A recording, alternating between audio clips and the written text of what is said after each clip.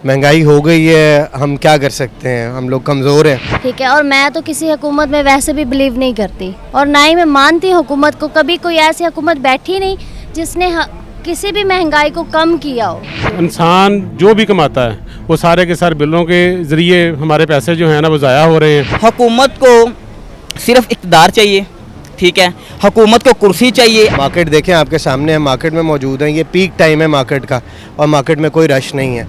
तो ये जो दुकानदार हैं ये भी इस महंगाई के मारे हैं। हालात पाकिस्तान के ऐसे हैं कि यहाँ पे हम लोग साइकिल भी नहीं चला सकते। इससे पहले कि कौम लूत की तरह आपके ऊपर पत्थर बरसाए जाए। तो मुझे डर ये लगता है कि अब लोग हराम की तरफ राग़िब होंगे या किसी ना किसी तरीके से जो है वो वाला माहौल क्रिएट होगा जो वेस्ट अफ्रीका के अंदर, घाना, बुर्किना फासो और ऐसी जगहों के ऊपर है।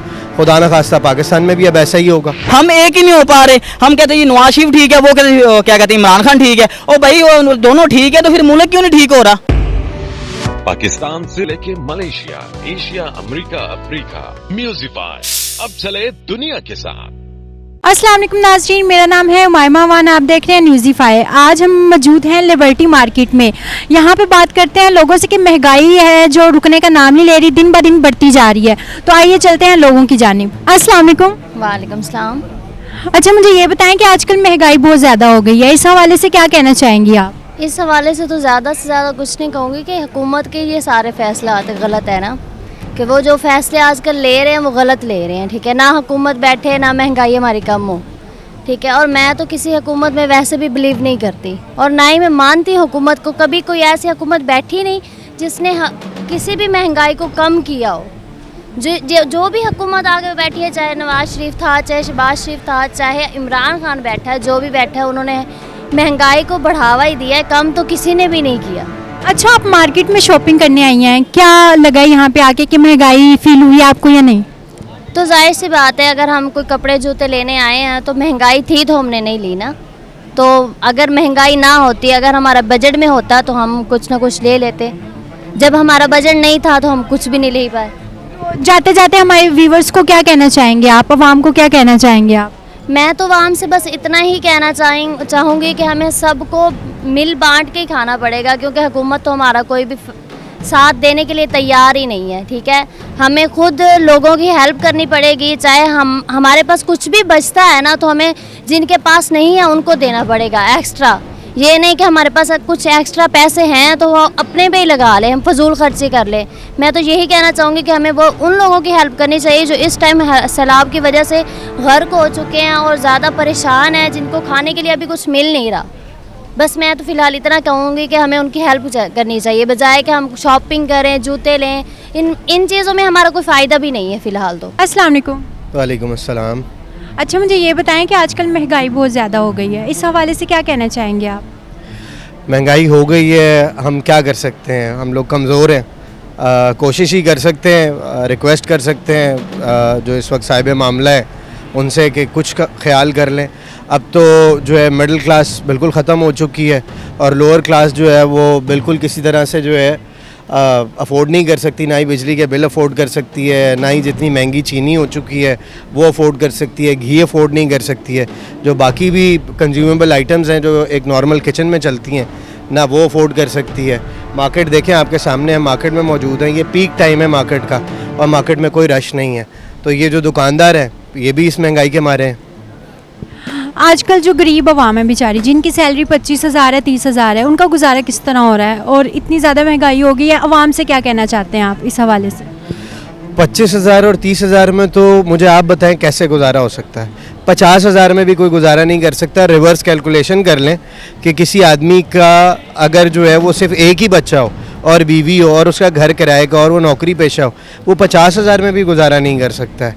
मैं क्या कहूँ उन बेचारे गरीब लोगों से, बस सिर्फ अपने उसको जो है ईमान को मजबूत रखें और हराम की तरफ राग़िब ना हो, क्योंकि मुझे डर ये लगता है कि अब लोग हराम की तरफ राग़िब होंगे या किसी ना किसी तरीके से जो है वो वाला माहौल क्रिएट होगा जो वेस्ट अफ्रीका के अंदर, घाना, बुर्किना फासो और ऐसी जगहों के ऊपर है।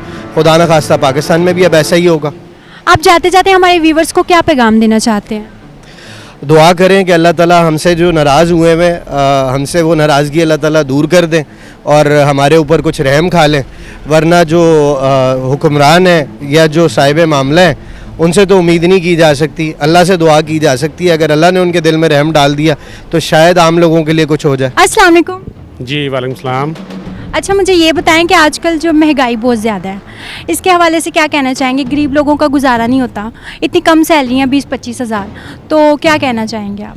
ये गरीब के साथ साथ अमीर आदमी का भी गुजारा जो है वो मुश्किल हो गया है। आम जो सफ़ेद पोश आदमी है जिसकी लाख 1.5 लाख रुपये अभी तनख्वाह है, वो भी इस टाइम इतना तंग है कि वो अपने घर के किराए दे, बिजली के बिल दे या खाने पीने की चीज़ें ले।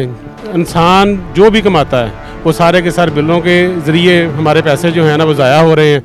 महंगाई इतनी हो गई है कि कोई चीज़ ना तो खाने पीने वाली मैसर हो रही है और पेट्रोल का रेट आसमानों को छू रहा है।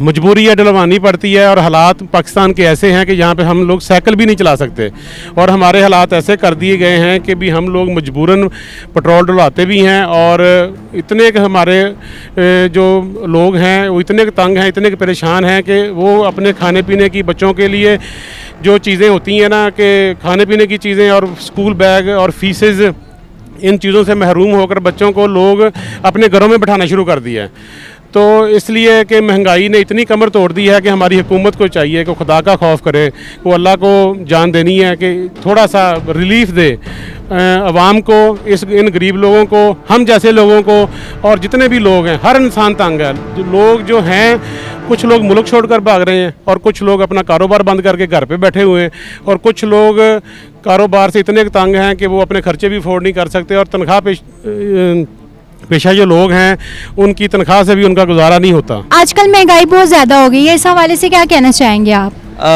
इस हवाले से मैं ये कहना चाहूँगा कि स्पेशली उम्मत मुस्लिमों के पैगाम देना चाहूँगा कि सूरत वाह में अल्लाह रब्बुल इज़्ज़त फरमाते हैं कि जो लोग मेरी नसीहतों से मुंह मोड़ेंगे मैं उनकी ज़िंदगी तंग कर दूँगा और उनको हशर के रोज़ अंधा करके उठाऊँगा।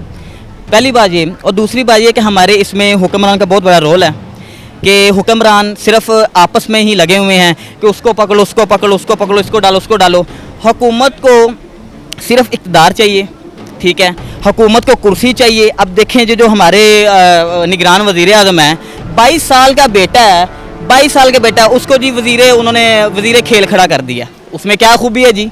क्या यही काबिल रह गए इक़्तिदार संभालने के लिए? क्या हमारे जो सिविलियंस हैं उनमें कोई नहीं है? जब हमारा मुल्क आज़ादी की मुहिम में हमारे बड़ों ने कुर्बानियाँ दी, आपके भी बड़े होंगे, इनके भी बड़े होंगे, सब ने दी, सिविलियंस थे वो, ठीक है। जब फ़ौज नहीं थी तो मुल्क कायम किया गया, ठीक है। अब फ़ौज है तो काम ख़राब हो रहा है। हम ये नहीं कहते, हम किसी से भी इख्तलाफा नहीं करते। आपसे गुजारिश है कि खुदारा ये जो पाकिस्तानी गयूर अवाम है उनके ऊपर खुदारा खौफ कीजिए और अल्लाह की पनाह मांगे कि इससे पहले कि कौम लूत की तरह आपके ऊपर पत्थर बरसाए जाएं। और मैं यकीन कीजिए, वल्लाही मुझे इस कदर अफसोस है कि हमारी अवाम में भी एकता नहीं है।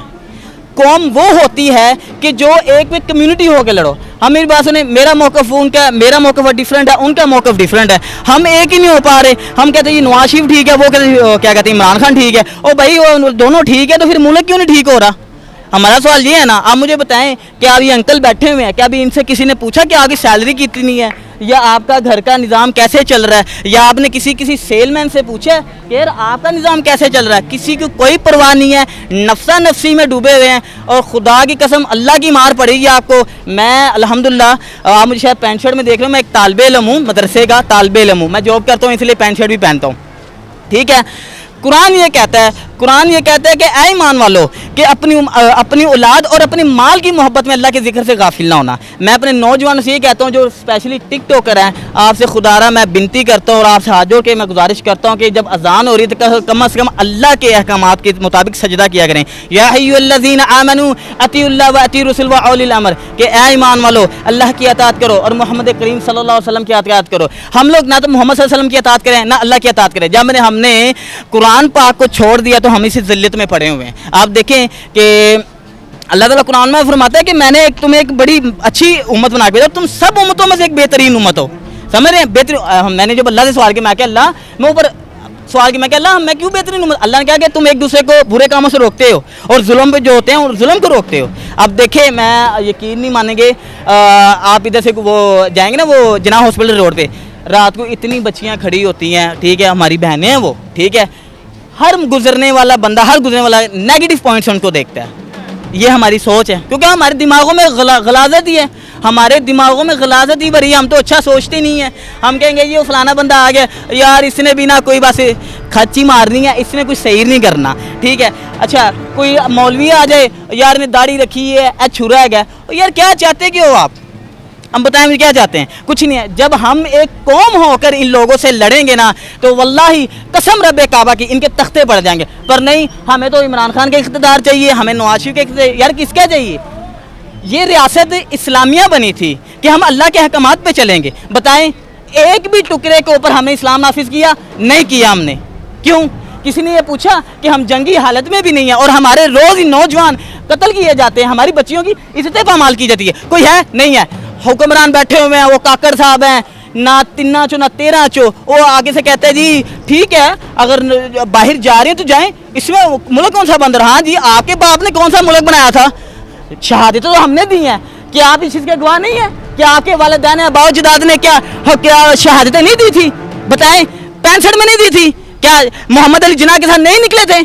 क्या ब्रिटिश हुकूमत के साथ टिप्पू सुल्तान के साथ हमारे बड़े नहीं थे हमारे साथ? अल्हम्दुलिल्लाह हम सीना तान के ये कहते हैं कि हमें आपसे मुतबरा गुजारिश इल्तमास करते हैं, खुदा इस अवाम, इस पाकिस्तान के ऊपर जुल्म ना करें। कसम अल्लाह की आप यकीन नहीं करेंगे, थोड़े दिन पहले मेरा एक दोस्त से मैंने कॉल की, सॉरी मैंने एक मैसेज किया अचानक, मैंने कहा भाई परेशान लग रहे हो? कहता घर में खाने के लिए कुछ नहीं है। किसको पता है? किसी को पता? सैयदना उमर बिन खत्ताब रज़ी अल्लाह ताला क्या कहते थे? कहते थे कि कसम रब्बे काबा की अगर मेरी दौरे हुकूमत में दरिया फुरात के खुराब एक कुत्ता भी प्यासा मर गया तो उसका जिम्मेदार उमर बिन खत्ताब होगा। बताएं, ये है लोग? या तो इंसान मर रहे हैं, किसी को परवाह नहीं है, कितने गरीब हैं, किसी को परवाह नहीं। तो जाते जाते आप हमारे व्यूवर्स से क्या कहना चाहेंगे? ये कहना चाहूँगा कि इन जालिमों, जाबिरों, मुनाफिकों और जानियों, शराबियों के पीछे ना लड़ें। खुदारा कुरान पाक पढ़ें, नमाज पढ़ें, अल्लाह के अहकामात को बजा के लाएं, ठीक है। अल्लाह की नुसरतें आपके साथ होंगी, ठीक है। कुरान ये कहता है कि या अय्युहल्लज़ीना आमनू अतिउल्लाह व अतिउर रसूल व औलिल अम्र, कि ऐ ईमान वालो अल्लाह की अताअत करो और मोहम्मद करीम की अताअत करो। जब मैंने ये आयत पढ़ी तो मुझे हज़रत डॉक्टर इलामा इकबाल रहमतुल्लाह का एक शेर याद आ गया कि मोहम्मद से वफा तूने तो हम तेरे हैं, ये जहाँ चीज़ क्या है लौह कलम तेरे हैं। मोहम्मद से वफा करने का क्या मतलब है? कि या अय्युहल्लज़ीना आमनू अतिउल्लाह व रसूल।